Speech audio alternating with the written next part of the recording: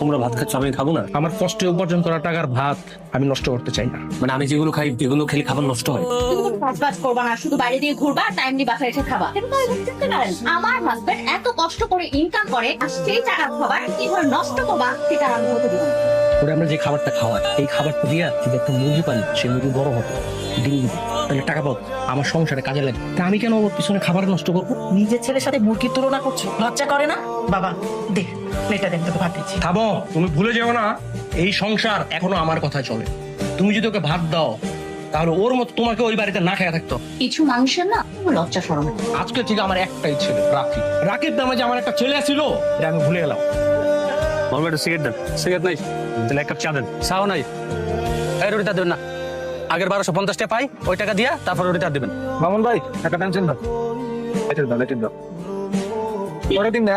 ওকে, যাই। এটা কি হলো মামুন ভাই?